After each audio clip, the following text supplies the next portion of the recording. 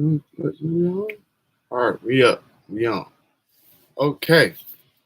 Now, use the graininess of this camera. This is only off my Mac webcam. So if I'm choppy, pardon me. But what up, though? It's the creator here, just practice live off the cuff. First time. I think it's my first time doing this way. But I want to get it on my chest, get it off my chest while it's in my brain. And before I leave it, and before it leaves my head, and it doesn't become a valid talkable subject. And it's about the state of the WWE, and especially on this road to WrestleMania. I'm not going to get into it specifically, at least not right now. But I want to talk about why I'm not really stressing over where it's going to be headed up till April 19th and the 20th. And why why I'm not stressing over it, and the biggest reason why I'm really just a fan of it. Now, if you see I'm being real simple with these with these screenshots. I know, not being too complicated, and not making a lot of graphics and stuff with it, but I put these three people on that screenshot. I put that screenshot on there for a reason. The screenshot is of Triple H, Shawn Michaels, and The Rock back in the debut episode of SmackDown when Triple H was facing The Rock for the WWE Championship and Shawn Michaels was the referee. This is not about the result of that match. It's just about the three people that's in that match. And that's why I'm never going to hate on WWE now, because those three people that were in that match are the three people that are in charge of the WWE. You have Shawn Michaels, who is the vice president of talent relations. If I'm not mistaken, I want to get the names right, but I know he's a vice president in talent, and basically he's I want to get the title right. So excuse me, I'm on my Wikipedia real quick. But here we go. He's the senior vice president of talent development, creative, and oversees the NXT brand, all of that. So if he's the VP of talent development and creative, that means he's helping you he's helping you as a wrestler, and then he's also helping with, how the show is being ran. But VP of talent, senior vice president, you're the top VP of the talent. You letting people go or keep getting them in. I think that's what part of his role is, hiring and firing niggas. You got Triple H, who's the head of creative, chief content officer. And that means that he's that's his TV role. And that's one of his other roles, but hold up, where is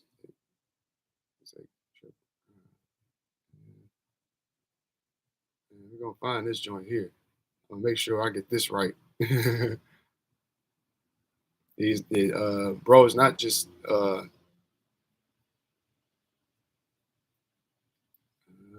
excuse me a minute. Like I said, I want to get this right. I want to make sure I definitely get this title for Triple H right. He is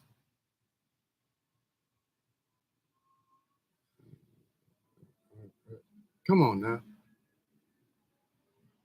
Chief Content Officer, basically. All right. Yeah, so that's his main title, Chief Content Officer. So he is the head of the content that's going on. So all the content, Facebook, YouTube, TV, social media, he's in charge of all of that. He has to have him having that state of address thing is funny because he has to know how the lingo is, and he's been doing well.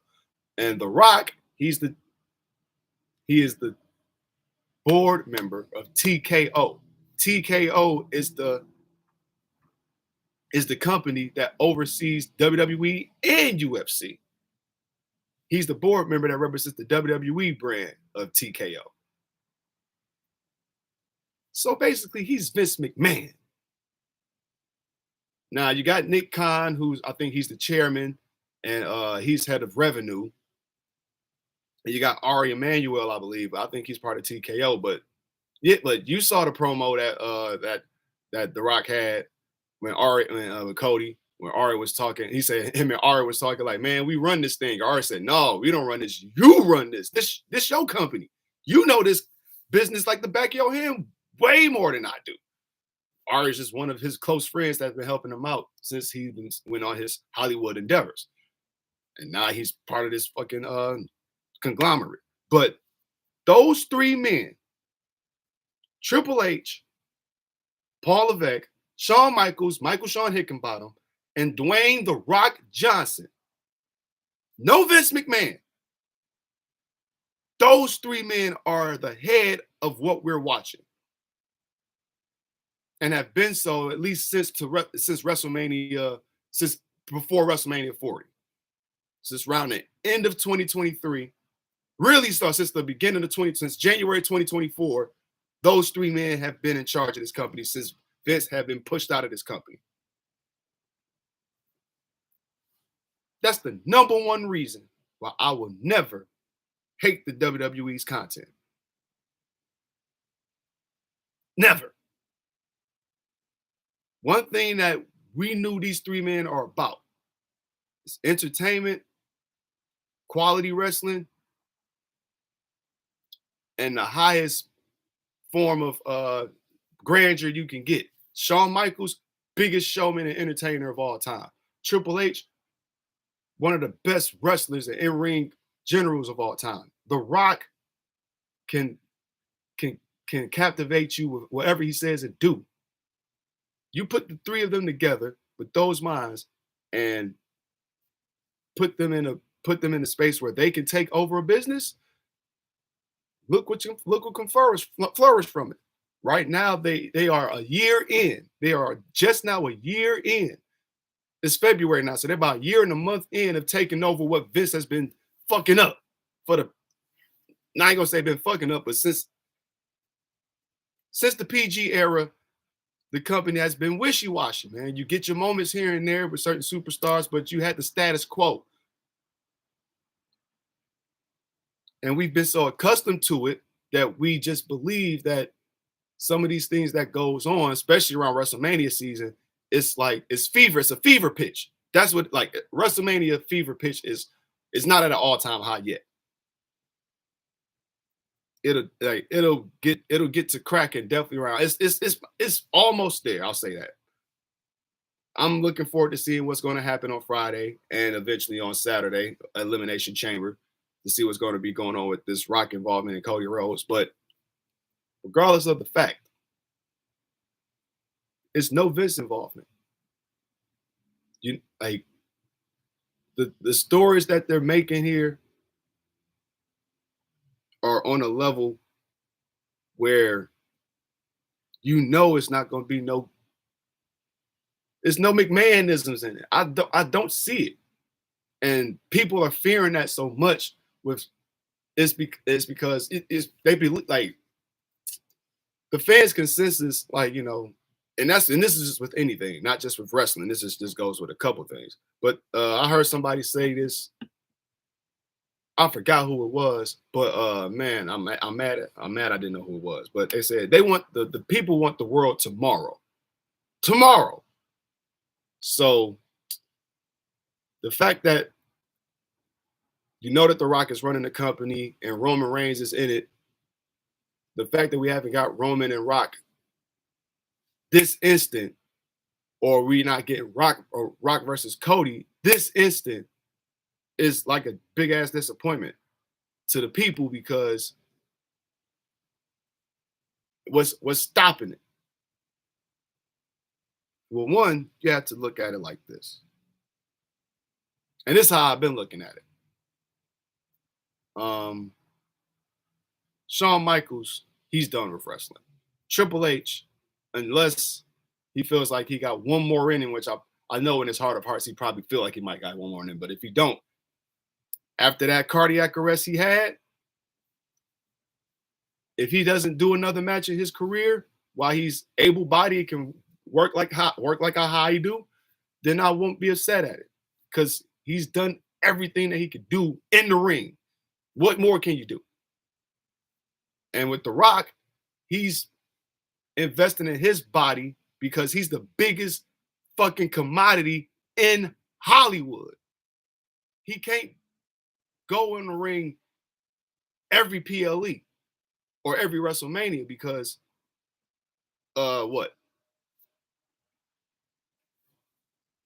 by April, you're getting first quarter sales. Getting ready for the second quarter. This man not only is board member of TKO, this dude also, let me make sure I get this right because I noticed some of the things that he runs, but I want to let you know all the things that this man has done. Rock Johnson. But look, okay. Co-owner of the United Football League, which is about to pop off in about a couple weeks, Spring Football League, and a co-founder of 7 Bucks Productions. So not only does he run WWE, or not only is a board member of the WWE, he is a co-founder. Yeah, he runs a movie production, a TV and films production company, and a football league. On top of taking other acting roles on top of this shit. So, and then also, The Rock is 53 years old, I believe, or 52. About to be 53 this year. Triple H, he's 55. Shawn Michaels, he's 60, or he's about to be 60 this year. The Rock, like I said, he's investing in his body because he's the biggest commodity. The stuff he did last year, amazing. And the fact that he went on for almost an hour in that tag team match without being injured, testament to how well he trained getting ready for WrestleMania. Now, he can't risk that every year. He can't do that because if he injures himself, that means he won't be able to work. If he get don't matter how trash the movies are, he's getting paid big bucks to be in them. Red One may have sucked, but guess what? That was a Netflix movie deal, and they probably paid him $50 million to do that shit. He wasn't getting injured and taking time off from other workers and actors and cutting his pay. No. And when you think about that, that's what happened with him at WrestleMania 29 when he faced John Cena. I forgot what he injured, but after that match, they delayed the debut of G.I. Joe that he was in because he got injured, and that delayed the red carpet process. I think they was finished on the way, either on the process of finishing the filming, or they was about to start getting the debut ready. But he got injured, and that got delayed because of his match. This is 12 years after that. Can't risk that. You can't risk that. It's like 12 years after that, where he's on a bigger, grander scale now. No kayfabe involved. He is on a bigger, grander scale, believe it or not, than where he was in 2013. And he can't risk being injured and costing dividends for his products. Not products. You know what I'm saying? So I don't get upset when I see that it's not going to be The Rock versus anybody at this upcoming WrestleMania. He's got a lot on the line. And the creativity process of not just only the main roster, but even the mid card. I don't get upset at that too much because we still have to develop all these stars that's in this circle. And I'm sure that they're not upset at it because look what we got as the champions.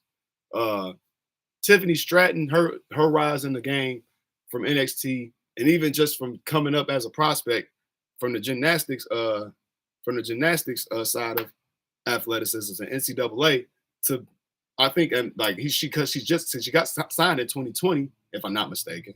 Let me make sure I get that right. You got the time, but I want to see she got signed not too long ago. And now she's about to headline WrestleMania. She got signed in 2021. In 2021. Now it's 4 years later. She got signed in August. And then now 4.5 years later, she's about to headline WrestleMania against one of the biggest, most decorated women in the planet in this wrestling business. And not to mention she's a Flair. It's been like that's one of the dream matches people think about, but champions. Giving a revamp to Eric and Ivar as the War Raiders.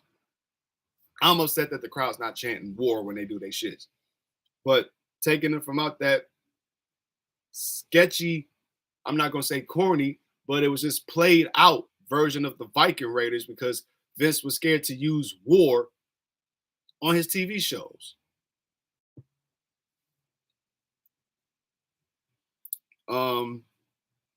DIY turning heel and going through this great process with the Motor City Machine Guns and giving them the chance, having them debut, and then after a week of their debut, you become tag team champions, have a good run with them, turn DIY heel because they weren't getting as much praise as baby faces. So you turn them heel, have them do this, and now you got a great spread it out tag team division in the SmackDown roster, which was something that Vince McMahon low-key doesn't fuck with. We all know this.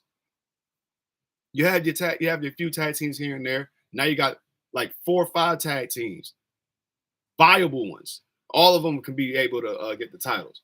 You got DIY as the champions, but you got Pretty Deadly, the Street Profits. Pardon me, man. I'm blacking out. You got DIY. You got the Street idea. You got Motor City Machine Guns. You got the Street Profits. You got Pretty Deadly, and what's another team that I'm trying to think put on here? But that's 4 tag teams already. 4 great tag teams. The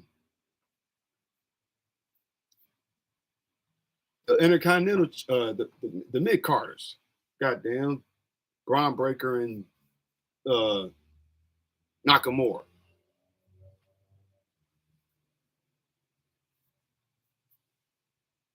Nakamura getting another chance, can't get upset at that.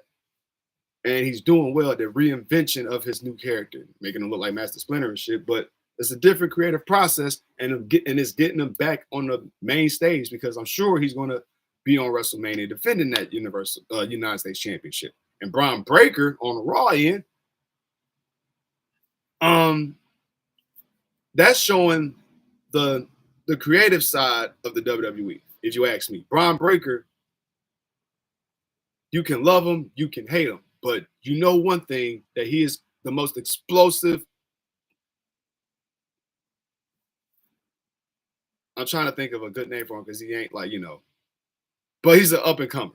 I ain't gonna say up and comer, but goddamn it, the fact that they put him on the scene quick, gave him the IC championship, and they already placing him like he's going to face bigger stars in the near future.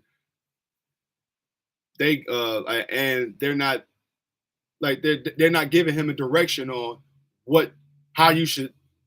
It depends on the opponent. They don't give him a direction on if he's a baby face or a heel.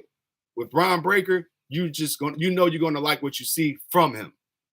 He's going to be hella explosive running those ropes, and that Royal Rumble shows you that he can even spear Roman Reigns out his boots. Damn near broke a rib spearing Roman Reigns. Roman speared like 3 cats before that, but Braun Breaker, he's like, oh, you ain't spearing me, boy. I'll cut you in half, Mr. Tribal Chief. You know what I'm saying? But that just goes to show you, and people liked it when he did it too. Like they was in shock, but there's ooh, whoa. A little disappointed when he got eliminated, but you ain't gonna have Braun Breaker eliminate the Tribal Chief. It's rather that you get over by having a stronger spear than getting thrown than throwing him over. But having him have these moments like that, and you can either cheer him or boo him, depends on what the opponent is. You're gonna like what he does when he's in that ring, and giving him that Intercontinental Championship shows you that they know that he can carry that belt as the workhorse, because that man, that motherfucker is a thoroughbred. Talk about a workhorse. That boy is a fucking Bronco. uh, and even with the mid-card women's championships, Lyra Valkyria and Chelsea Green putting more highlight on the women's division that's been spreading and getting bigger and more talented as these years went on, from the women's revolution back in 2015, thanks to the NXT women's roster and the four horsewomen that then had this steam rolling and barreling ever since. Thank you, Mercedes Renato. Thank you, Rebecca Quinn. Thank you, Ashley Flair. Thank you, Pam Martinez. If it weren't for y'all four and the other women that came along, like Lexi Kaufman and Trinity Fatu and Lena Fanine, this women's revolution and this mid-card championships on main rosters wouldn't be such a highlight. And I'm not like, also thanks to the other women before that, Trish, Lita, Melina, Mickey James, all the other ones in between there. But that women's revolution set this whole thing ablaze. You have to give that the credit that it deserves. And the fact that these four women are still going crazy. Enough respect to Becky Lynch out there being the first horsewoman to be a mother. But the other three, Bayley doing her thing, still showing that she's one of the top women. Charlotte Flair doing her thing, walking her way into WrestleMania like she normally do, with or without a title. Mercedes, she's out in AEW being an ultimate women's belt holder. 4 titles. All thanks to the accreditation to what she's done back in the WWE. Vince didn't appreciate her, so she said, fuck it, I'm dropping these tag team belts. Tran, I love you. You can leave with me. She did leave with her, but she ended up coming back before she did her thing in TNA and became her own entity, becoming a Knockouts Women's Champion, making an impact in TNA. But then she came back, and now she's back on top, back as being a highlighter, and along with Bianca Belair and Jade Cargill, and the mid-card championships, as I was talking about, putting these women on the different highlights.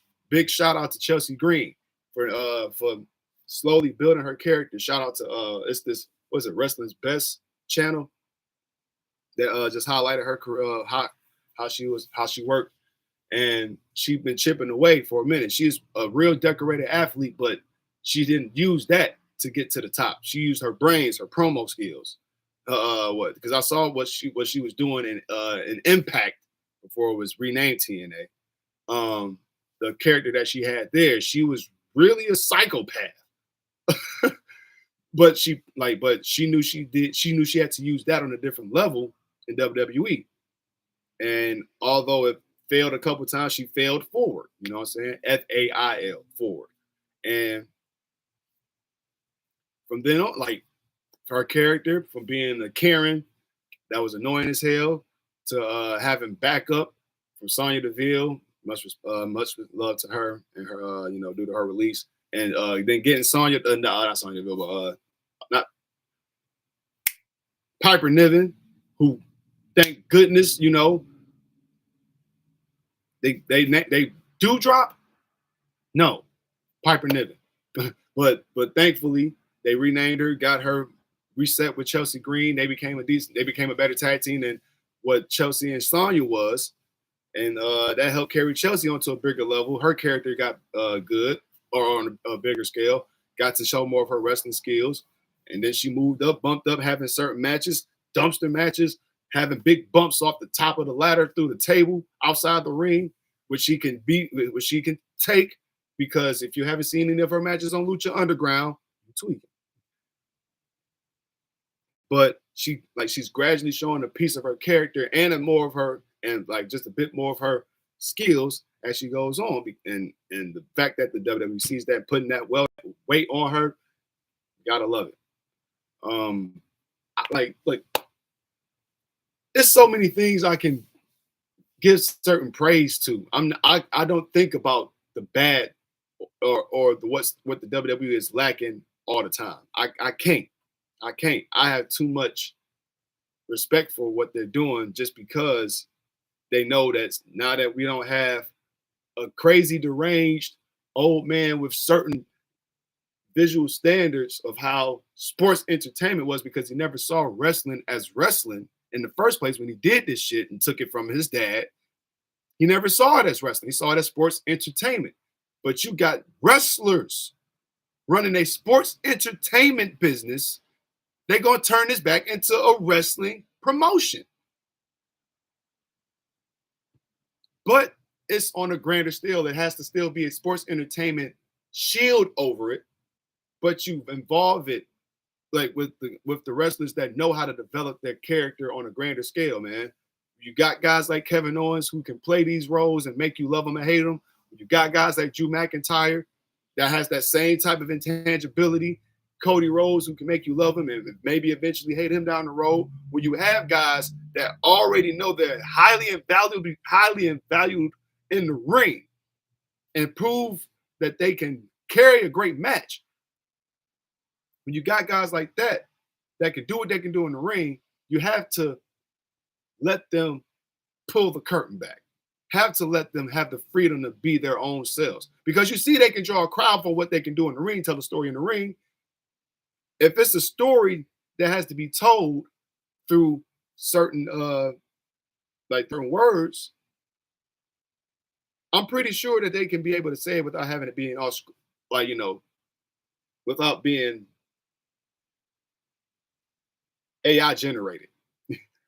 And I say that and like just to make fun of the writers back then, because you had writers, I think that would be hired in the middle of certain storylines that these writers had no, you had writers that didn't watch the company, that didn't watch the product, that was trying to write a story about the product. CM Punk said it in his he said it in so many of his interviews, but the one I remember the most is his Best in the World documentary. You had writers coming up to him trying to tell him what to say and how to say it. And just to prove a point, he'll rip that shit up in their face. I'm not like, no, you don't tell me how to say and what to say. I know what the story is. Let me, work with me instead of trying to tell me what to do. That's how Vince operated. Triple H, he saw that because he worked with Vince since 1997 or 96, 95. He worked since 97. Since 97. He's been working for Vince since 90 fucking 5. Pardon me. And the DX is 97. Click since forever. But he's seen how this whole cycle worked. He manipulated the system in his own way, but he saw how everybody else was getting penciled and how their creatives was being put to the side because Vince had his own vision on how this company was going to be ran, because it's my vision. You don't know how I see it. I made The Undertaker. I made the man. I made these characters. So how can you tell me how my characters are being written out when I created them? But when you got these guys playing that character and doing that, you're not the one that's playing it. You're not the one that's being it. You know what I'm saying? That's the thing I think Vince couldn't understand. So as time goes on, he keeps trying to play these roles, and it didn't work for the younger generation. And Triple H, I think he was able to see that, and when especially while Triple H had a higher role in the company, he would try to tell Vince to back off a little bit. Let me work with some of these guys, the top guys especially. I would believe he would tell Vince to say, all right, this is cool, but how about this? And I think what he would do, he would collaborate on the low, and he would make it so convincing to have like, all right, let me tell Vince that we're going to do it like this. And then he would relay it to Vince, dress it up to Vince well enough to be like, okay. And I would think this is in like the later years, I would say like, 2019 or something, right before the pandemic. I think that's when that started happening, because you saw some of the changes, especially in the COVID era and the pandemic era. I like the pandemic era. because you saw that you had to force these guys to really work. Now you had and not saying that they didn't work, but you saw who the real ones. You saw the real ones. You saw who really stood out and who didn't. You saw where some of these guys' flaws were when you didn't have the crowd with them. And the stories with like Bailey and Sasha Banks, or especially the Bloodline story, because that started during the pandemic era. Roman, he saw that some of these guys don't know how to talk for real. Seth Rollins, Kevin Owens, you saw some Sami Zayn. He shined in the pandemic era. Low key, the conspiracy shit, it was funny. I liked it. Double Intercontinental Champion, I liked that era because you saw who the real ones were and who was dedicated to saying, hey, all right, now I can pencil in how I can work. And because the Sami Zayn character, I think Vince started to like a little bit more of it.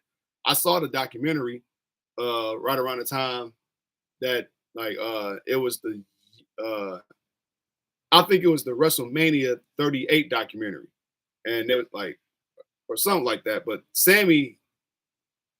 Vince started to like the Sammy conspiracy character, and then once he started to get onto the Bloodline shit, that was it.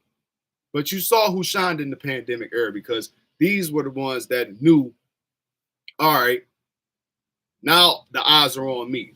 The camera's on me. I have to shine. And then after Vince got escorted out, Triple H is like, okay, now it's time to take the reins. Now it's y'all's time. Y'all, now we can show the world what type of sports entertainment and wrestling product we can bring to the table. And I can't do nothing but love it, man. I can't, because you see who's flopping and who's failing. You see who's flopping. You see who's failing. You see who's succeeding. You see who's who and what's what. It's not clouded anymore. You know what I'm saying? That's why I appreciate the product right now, because it ain't no filter when it comes to this. It is, but when it comes to the ones, that's the ones, now, because you got the opportunity to show yourself. So I could never hate the company. And the ones that's gone, maybe probably due to budget.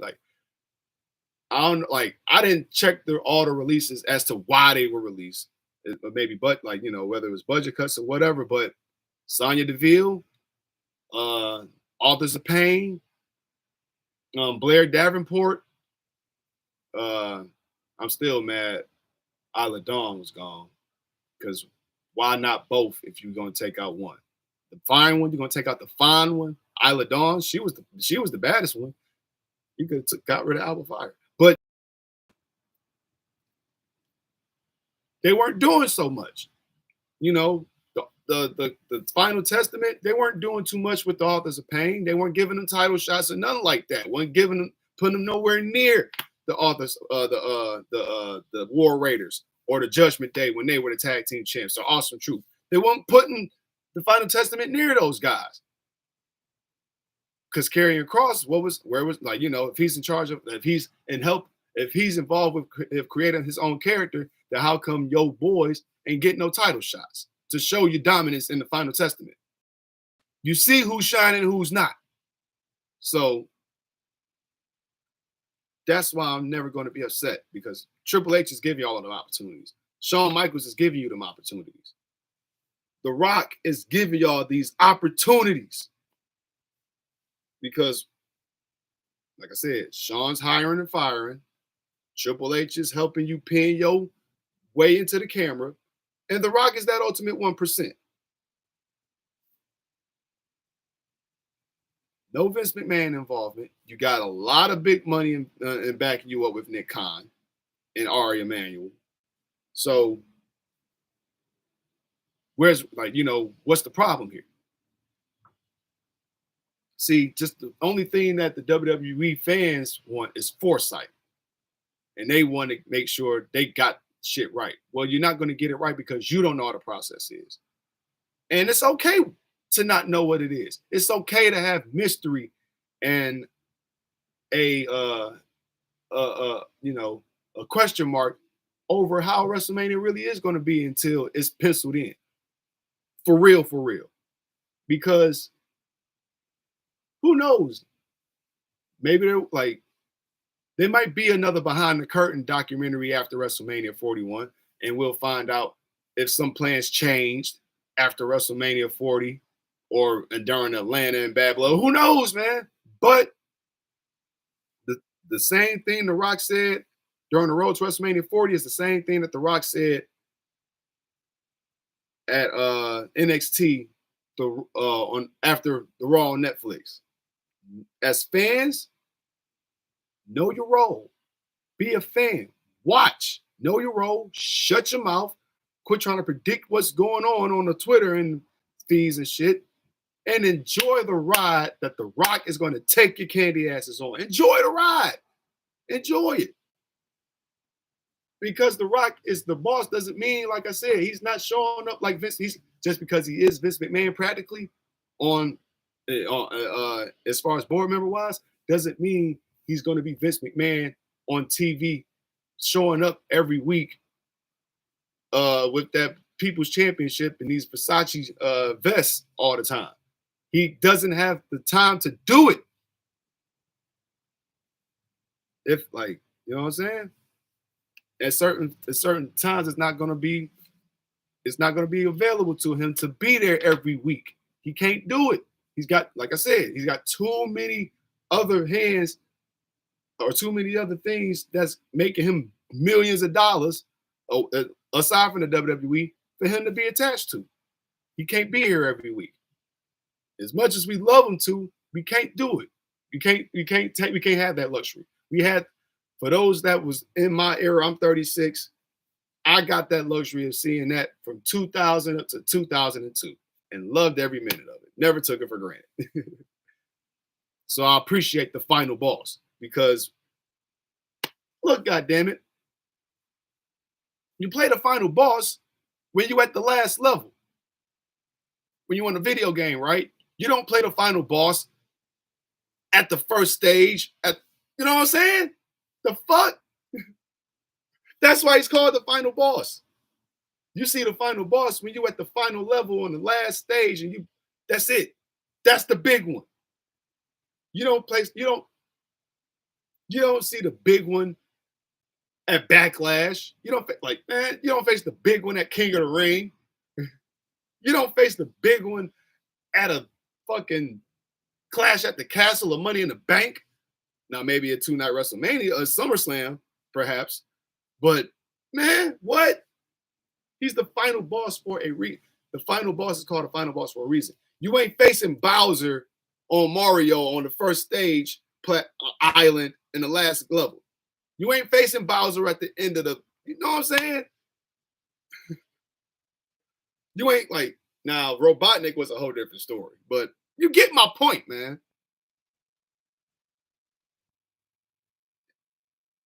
A new story in the WWE has started when Cody Rhodes won the championship. Let's start like that, right?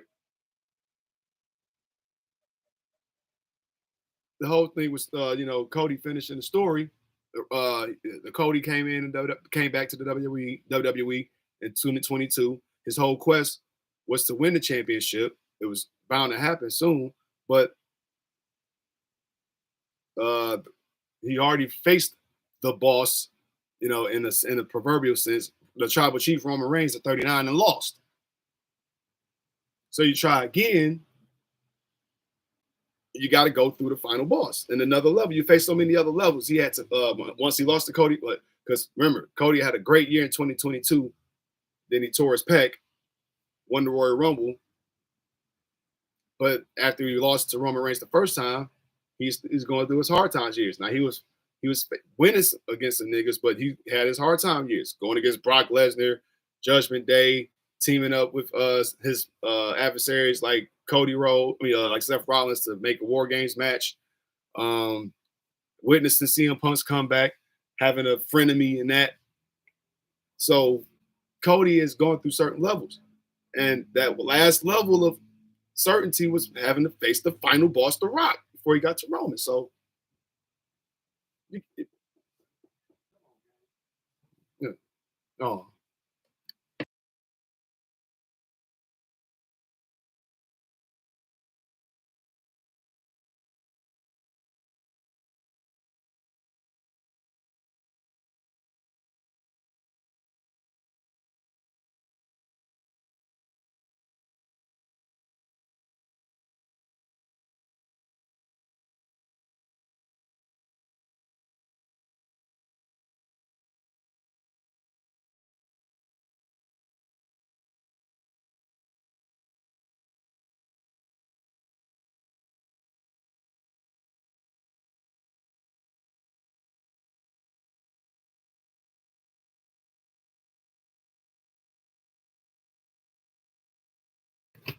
pardon me. Just had to open the door for somebody. But yeah, to close this and cover this up, The Rock is a final boss for a reason. You don't face him every time you have to face do some certain things. So when he's ready to go, he's going to be ready to go.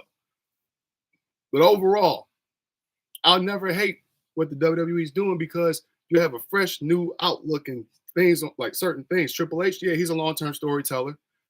We've seen that with the certain stories that he invested in, from Evolution to Daniel Bryan, Randy Orton, um, Seth Rollins. He's developed long-term stories within his time with his run with Vince. He had certain projects that he invested in with certain people to make stars out of them to convince Vince that, yeah, we got new stars on the way. And I'm the one that's penciling them in for you. So now that he's the big pencil, he's trying to make stars out of everybody. And that takes time. That takes time. Small shit, small storylines with certain niggas, whether it's like right now,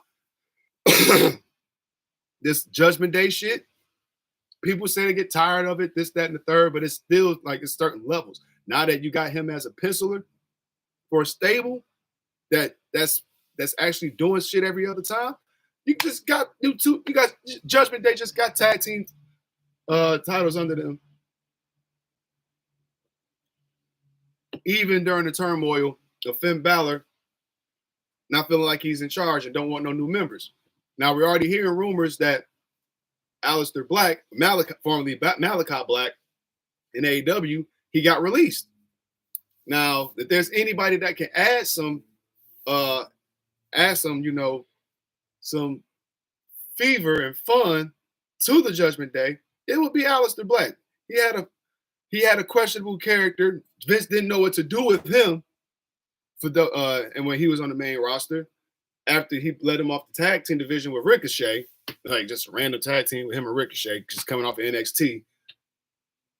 But he didn't know what to do with Aleister. He didn't know what to do with Aleister Black. He did some shit with Kevin Owens, but he just vanished. And then he came out as Malachi Black. And he had a great moment, great runs with his House of Black. But now Tony Khan don't know what to do with him.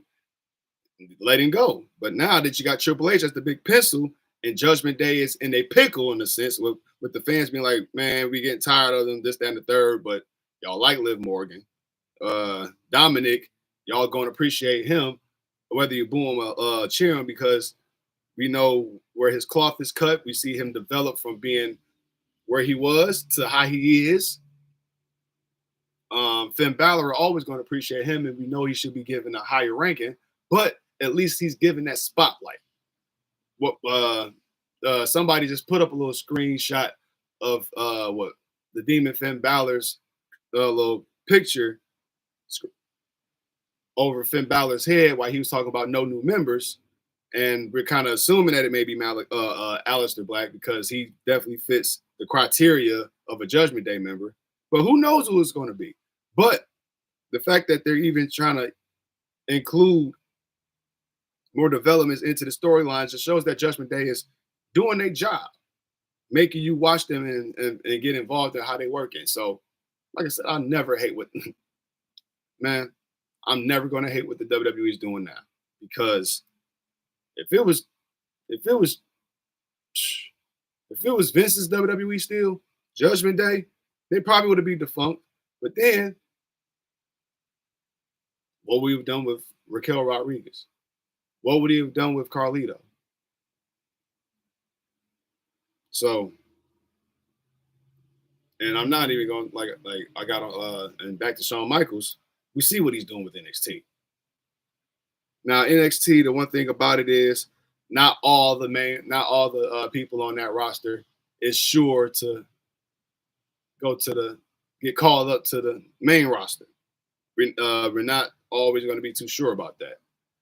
And even with this new cycle that's going down, we might get drafts, but at the same time, is niggas going to get caught up on the Raw after WrestleMania? Is that the same? Is that the cycle as it used to be back then, or is it going to be a different way? We don't know. But how Shawn Michaels is working with NXT, from changing it from how that used to be with that crazy ass color spiel to putting it back to black and gold for a hot second, now black and silver, and the superstars that we're getting out of them, like we can't wait to see what they may do on the main roster. Now, if they come to the main roster, that's on them. You see it, Ricky Saints, like he decided to come to the NXT because he knows how hot it is there. But is he guaranteed to be on the main roster? Yeah, he can say he wants to main event or not main event. He can say he wants to be on a WrestleMania card in New Orleans, but we do know this: Stand and Deliver is going to be in that city too. So we can bet that he'll probably be in the World Championship or NXT Championship match at Stand and Deliver in New Orleans. That's a guarantee. But we damn sure know that he ain't going to be on no WrestleMania card at New Orleans. No disrespect, Ricky Saints, but you just got here. But nonetheless, NXT is on fire. Whether it's the TNA partnership that they have with them or the stars they got on their own. We can't wait to see what happens with Julia or Roxanne Perez. And she's balancing going on both shows. She's about to be in an elimination chamber. Is she going to win? We don't know. But, man, like I can't hate on it. I can never hate on it. The only thing people hate is that they don't have their finger on the pulse of what's happening in WWE. All you can do is watch and try to assume. But that's you're taking the fun out of it. And I think people just want to hate on it just to hate. But not me. Not me, amigo. WWE is on the roll, man. They've been on the roll since WrestleMania 40, and I've been loving it. They may have some dry spots here and there, but the dryness of WWE after WrestleMania, that didn't go out. You know, the certain things that would happen after WrestleMania or after certain fever of certain guys winning, it didn't go away. Not in my opinion. I ain't even talk about Jacob Fatu. Don't let me get on to him. I'll have to talk about him just on a separate video. But nonetheless, man, that's my assessment. I ain't gonna talk on here too long about that, but I had to get that off my chest as to why I can't hate on the WWE and where it's going and where it's came from since January 2024. So I'm looking forward, like I said, to the Elimination Chamber this Saturday. And I'm damn sure looking forward to Las Vegas WrestleMania 41 on 420 weekend. So that's it, man. That was it, man. I hope you enjoyed my assessment of shit. That's it. I'm out this bitch like newborn puppies. Enjoy the rest of your Wednesday and get over the hump day. All right? Peace.